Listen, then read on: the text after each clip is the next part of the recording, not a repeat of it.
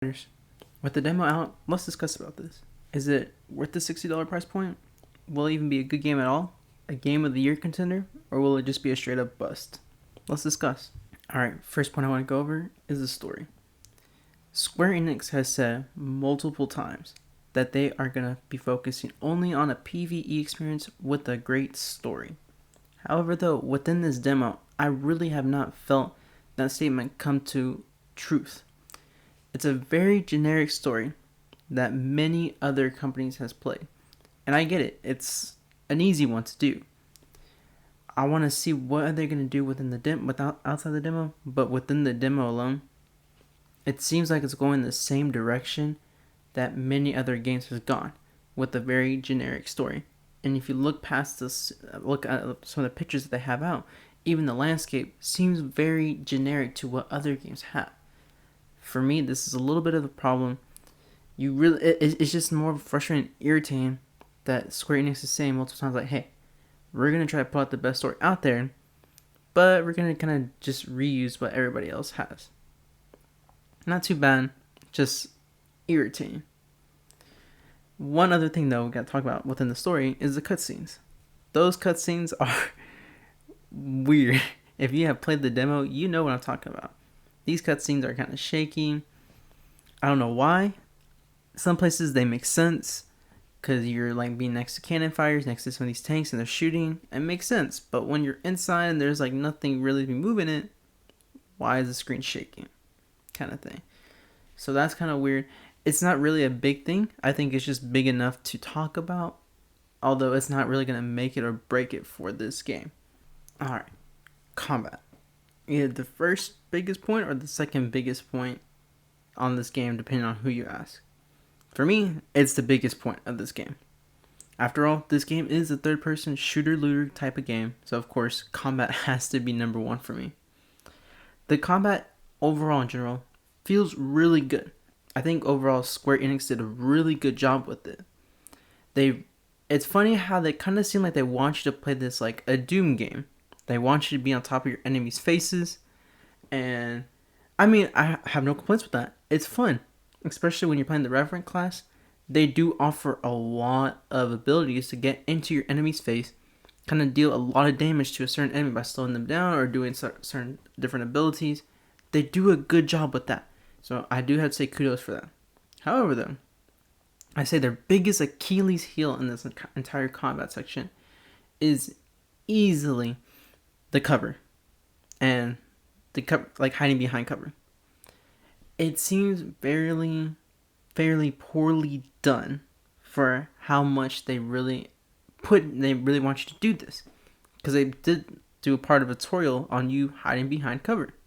So I do have to give them say, hey, this is how you kind of want us to play the game too. Hiding behind cover. And overall, it just seems very lackluster. Enemies throw a lot of grenades at you.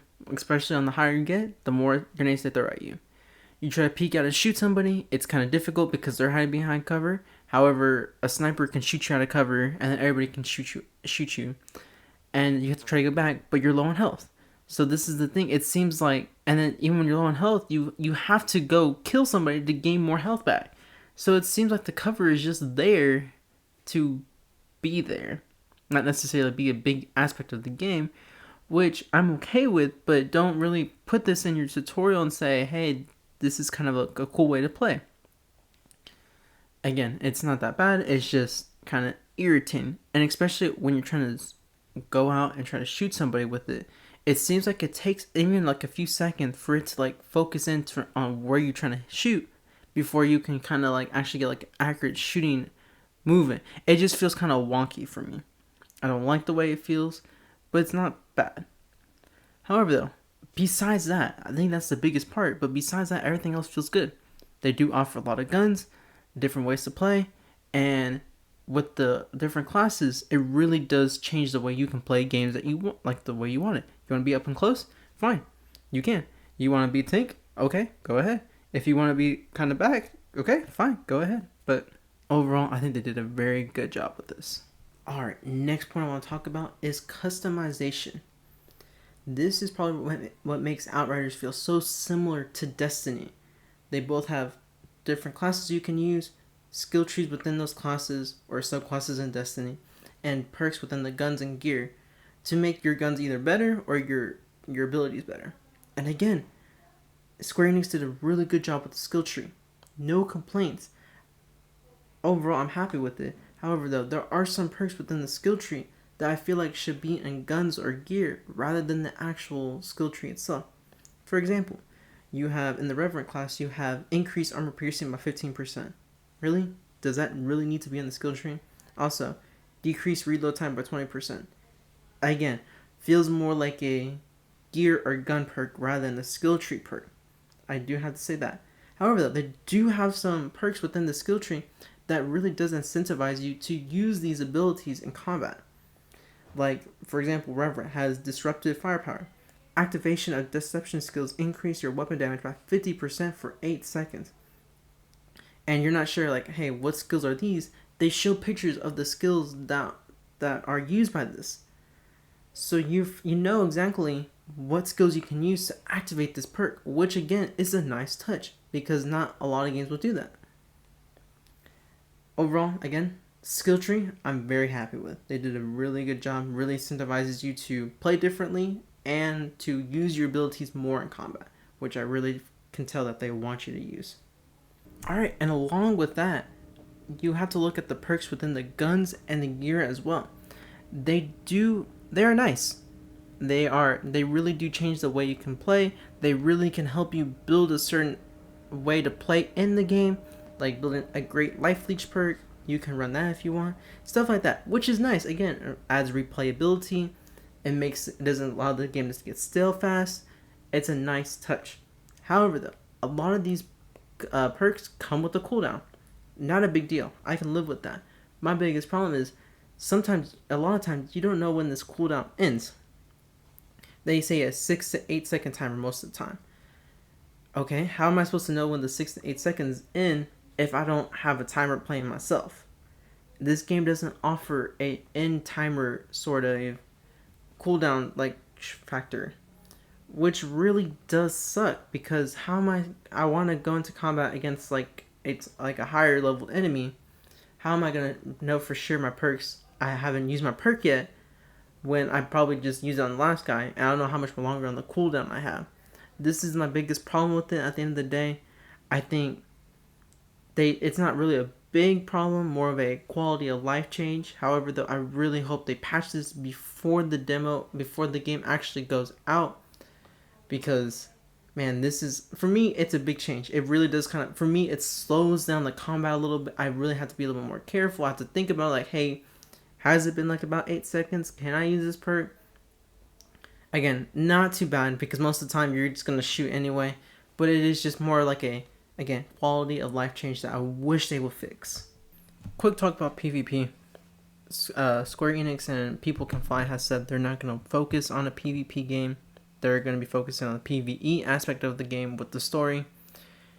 I can understand this. The way the game plays with the class abilities and the guns, it will seem very hard to balance it all out and put in a PvP and still keep the same original concept of the game intact. So I'm okay with the no PvP right now. Hopefully they'll able to implement it later by balancing a little bit more. I'm not going to get my hopes up for that though, because it really does seem like a lot, because at times we can seem so overpowered in the game, which is probably what they want us to feel. They want us to feel powerful, but you don't want to be going into PvP where it's just going to be an ability spam fest, because that's no fun. So, at the end of the day, will this game be worth at launch? Number one advice I can tell you right now is play the demo. If you like the demo, buy it. If you're on the fence, I would say wait for it until more reviews come out when the game actually releases. See what Square Enix has planned for post-launch, stuff like this. See if the story actually improves throughout. See if they do some other things to improve this game even more. But right now, I will probably wait if I were you, unless you really enjoyed the demo. And again, this right now has some Anthem vibes for me. This is why I'm my biggest hesitant. Right now, it's not as hyped as Anthem was, granted, but the fact that you're not willing to talk about the future of this game is kind of concerning to probably any person. So right now, I had to guess right now, my gut will say this will probably be good. $40 game. Just wait for it to go on sale. It'll be truly good. As of right now, when I'm recording this, Xbox did reveal that the Xbox Gaming Pass will have it free day one. So that is nice for GameStop players, or for Xbox users. That is one good thing. You don't have to worry about buying it, and that's a good move on their part. Again, might as well have some guaranteed kind of revenue with their little things. I'm pretty sure they get guaranteed revenue that way. And Xbox player, they'll have more people playing it, which in turn probably means more people review it. And the PlayStations and the PC players will probably get into it a little bit more. So smart move on their part. Hopefully it will not bust, because again, I think this truly does have great potential. Square Enix and people can find just cannot mess this up. But hey, again, this will probably be not probably worth it. I would say wait a few days.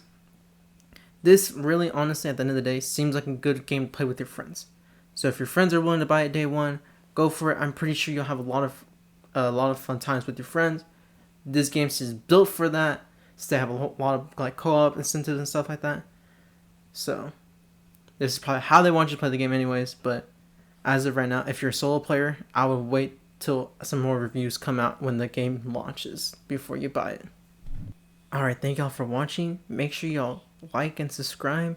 And on the comments, just say, do you like the demo? And do you think this game will be a success?